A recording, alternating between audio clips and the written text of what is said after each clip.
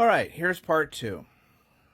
So I ended off by talking about the beginnings of imperialism, and how the Western nations invaded foreign continents and countries in Africa and Indonesia and Asia and stuff like that, and started exploiting their population's labor and resources.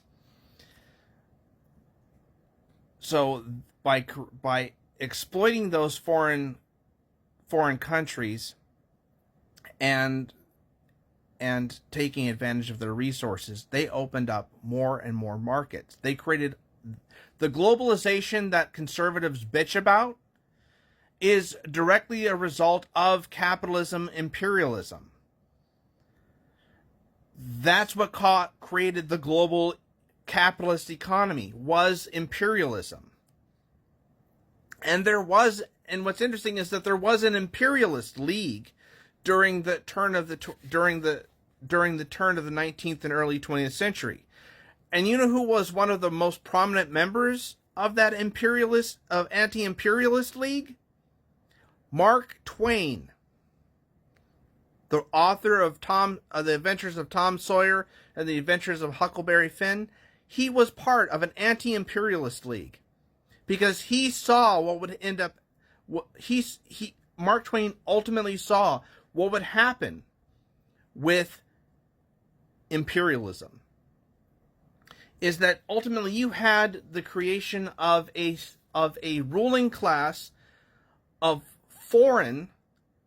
settler colonialists in India. India was controlled by the British, and the British government lorded over the population of India.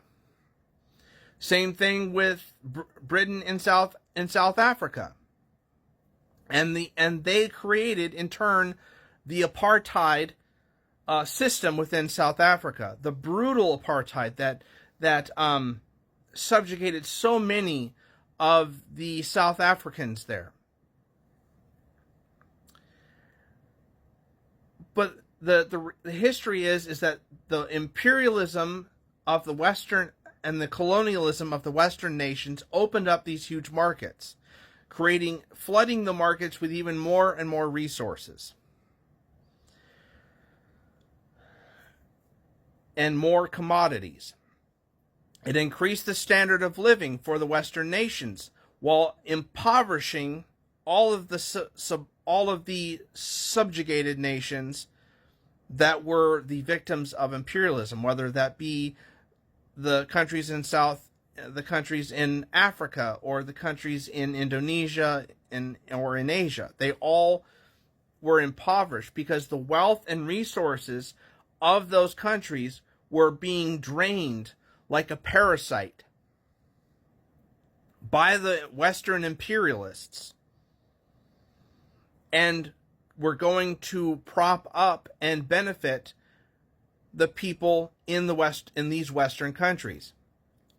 I will be the first person to admit that I have increasingly personally benefited from imperialism, in the sense that I have all of these commodities and this phone and all of this other shit that people say, you shouldn't be talking bad about capitalism, you've benefited from it. Yes.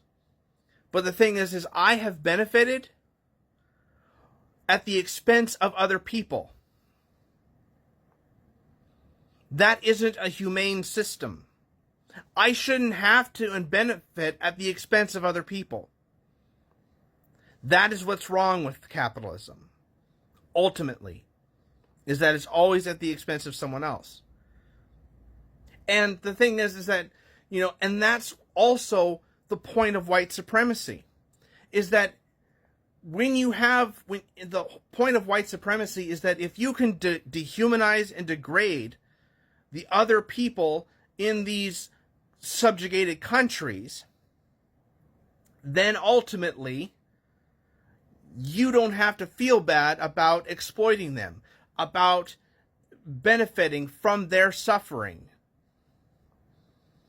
That is where white supremacy comes from. What white supremacy has been used for. And also the other reason for the xenophobia and the jingoism of America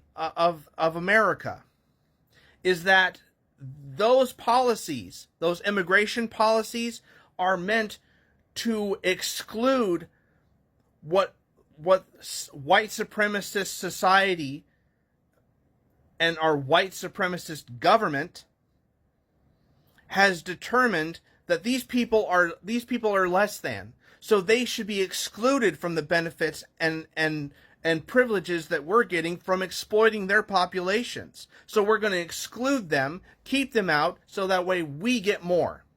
That's the whole point behind the way our immigration system has been set up throughout America's history. It's always been at the expense of other people so that the white people can benefit exclusively. So with this imperialism and the white supremacy, in order to justify the institution of imperialism and colonialism, it continues to open up more markets, exploit more people, and exploit more resources. Ultimately, the system of capitalism that went from being free market, laissez-faire, evolved into a parasitic glutton on the world stage. A tick. A giant tick sucking on the teat of Mother Nature. It created pollution. Before there was environmental protections, there were literal smog alerts in which the smog in the cities was so thick at times and the air was so bad that you couldn't even see your hand in front of your face. People died of waterborne illnesses from contaminated water. And when you see the deregulation of the environmental protections, you will see that again. You will see bad air qualities. I mean, the Canadian Fire's air quality alerts here in Michigan is nothing compared to what it will end up being. It will be much more frequent. People will literally have to put things around their face in order to keep the chemicals out, because the air and the environment will be so toxic. But keep counting your money. Anyways, so as time progresses and the economies of Europe and the United States return through the regulations of the liberalism of FDR and the New Deal and stuff, you start to see the increase of you start to see competition between different imperialist nations. And that's ultimately what World War I and World War II were. World War II was basically just a continuation of World War I, because the Treaty of Versailles didn't solve the problem. It just put a Band-Aid on it, which is what liberalism does with anything. It just puts a Band-Aid on it. It doesn't actually get to the root of the problem or fix the problem. Anyways, I digress. The conflicts between the various imperialist nations led to global wars. And it was good for business. It was good for the imperialists, because they were making a lot of money, and by manufacturing weapons, airplanes, munitions. The war machine has always been good for the imperialists. Always. War is exponential to the maintenance of imperialism. Continue for part 3.